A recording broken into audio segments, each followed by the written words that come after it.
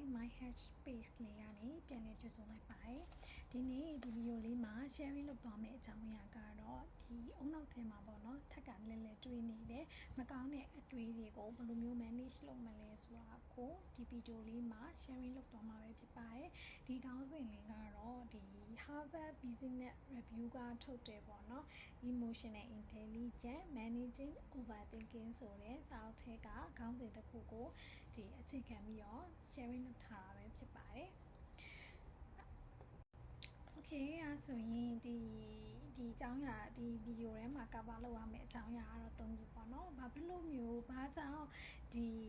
negative ဒီမကောင်းတဲ့အတွေးတွေအုံနောက်ထဲမှာထက်ကလဲလဲဖြစ်နေတဲ့ negative အတွေးတွေကိုဘာကြောင့်ရက်တက်တင်တာလဲနောက်ပြီးကျတော့ဘယ်လိုမျိုးရက်တက်မလဲဒါတွေကိုရက်တက်လိုက်ခြင်းအပြင်ဘယ်လိုမျိုးအကျိုးကျေးဇူးတွေရရှိမလဲဆိုတာကိုဒီဗီဒီယိုလေးထဲမှာပြပြအောင်မှာဖြစ်ပါတယ်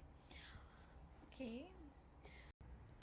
Okay အဲ့ဆိုရင်ဒီပေါ့နော်ဘာကြောင့်ဒီလိုမကောင်းတဲ့အတွေးတွေထက်ကလဲလဲတွေးခြင်းရက်တင်လဲပေါ့နော်ဒီတင်လဲဆိုရင်ဒီမကောင်းတဲ့အတွေးတွေကိုထက်ကလဲလဲတွေးခြင်းအပြင်ဒီကိုကမကောင်းတဲ့ဘယ်လိုပြောမလဲအချိန်ကာလတစ်ခုကိုကိုမတက်တဲ့အချိန်ကာလတစ်ခုကိုကိုကပြန်သွားတာပေါ့နော်အဲ့လိုပြန်သွားတဲ့အတွက်ကိုကအဲ့အချိန်တွေကိုထပ်ကြုံလာတာပေါ့နော်ကိုမကြိုက်ခဲ့တဲ့အချိန်တွေတစ်ခုကိုထပ်ကြုံလာတာအဲ့တော့ကြောင့်ကိုလည်း stress ဖြစ်စေတယ်ပြီးတော့ကိုကအဲ့ဒီ cycle တွေကနေပြီးတော့ကိုကမယုံထွက်နိုင်တော့အဲ့ cycle တွေမှာပဲကိုကရှိနေတာပေါ့နော်အဲ့လိုမျိုးတွေဖြစ်နေတယ်အဲ့တော့ကြောင့်အလုပ်တွေလည်းမပြီးတော့ဘူးအဲ့လိုမျိုးတွေဖြစ်တယ်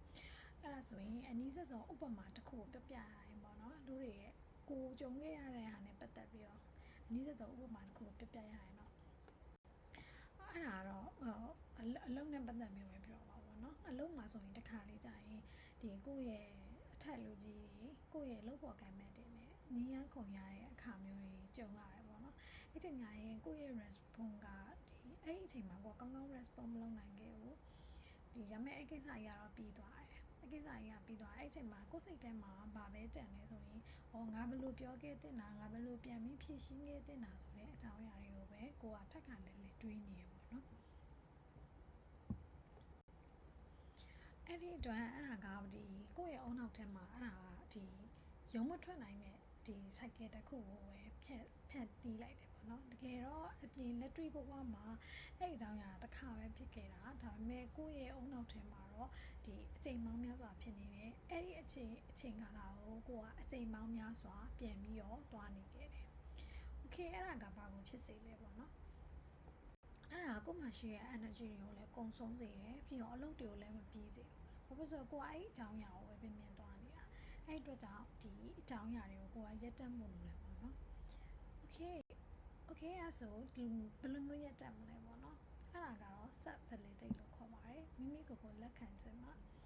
ဒီ self validate လုပ်နိုင်မှာပဲဒီအကြောင်းအရာတွေကိုကကြော်လွှားနိုင်မှာဖြစ်မှာပဲဘယ်လိုမျိုး self validate လုပ်မလဲပေါ့နော် self ability ဆိုတာကတော့အခုဖြစ်နေတဲ့ emotion တွေအကုန်လုံးကိုကလက်ခံလိုက်တာပါအဲ့အတွက်ကြောင့်ဒီအတိတ်မှာရှိနေတဲ့ဒီကိုမနစ်သက်တဲ့အတွေးတွေကနေကိုကလွတ်မြောက်သွားတာပါဘယ်လိုမျိုးလက်ခံပြီးတော့ Okay အဲ့ဆိုရင်ဒီဟာကိုဘယ်လိုမျိုးလက်ခံမလဲပေါ့နော် Okay ငါပြောလင့်ထားခဲ့တဲ့အတိုင်းဒီအကြောင်းအရာတွေကမဖြစ်ခဲ့ဘူးအဲ့အတွက်ကြောင့်ငါဝမ်းနေတယ်ငါစိတ်ဆိုးတယ်ငါဝမ်းနေတယ်ဆိုပြီးတော့ကိုယ့်ကိုပြန်ပြောလိုက်တယ်အဲ့လိုပြောလိုက်ခြင်းအမေကိုကအုံနောက်ကို manipulate လုပ်လိုက်တာပေါ့နော်ပြန်ပြီးတော့အုံနောက်ကို program ရေးလိုက်တာပေါ့အုံနောက်ကအဲ့အချိန်မှာအဲ့ဒါကိုလက်ခံသွားတယ်အုံနောက်အနေနဲ့ကျတော့အုံနောက်ကအဲ့ဒါကိုလက်ခံသွားတယ် Okay အဲ့ဆိုရင်ဒီပြဿနာကဖြေရှင်းပြီးသားဖြစ်သွားပြီဒီကိစ္စကလည်း case close ဖြစ်သွားပြီအဲ့ဒီအုံနောက်ကအဲ့ဒါကိုထပ်ပြီးတော့မတွေးတော့ဘူးသူ့ရဲ့နောက်ထပ်လုပ်ဆရာရှိတဲ့အလုပ်တစ်ခုပဲအုံနောက်ကထပ်သွားတယ်ပေါ့နော်အဲ့တော့ကြောင့်ဒီအတွေးတွေက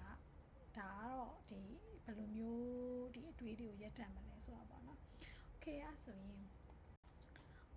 နောက်ဆုံးတစ်ခုအနေနဲ့ပေါ့နော်ဒီဟာကိုဒီလိုမျိုးလောက်လိုက်ခြင်းအပြင်ဘယ်လိုမျိုးအကျိုးကျေးဇူးတွေရလဲပေါ့နော်ဒါအခုလက်ရှိဘဝမှာ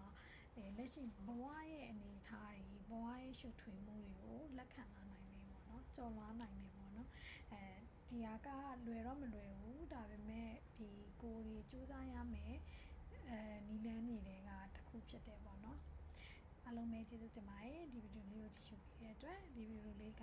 ဒီမိတ်ဆွေတငယ်ချင်းတွေအတွက်လည်းအကျိုးတစ်ခုခုရှိသွားမယ်လို့လည်းယုံကြည်ပါတယ်ကျေးဇူးတင်ပါတယ်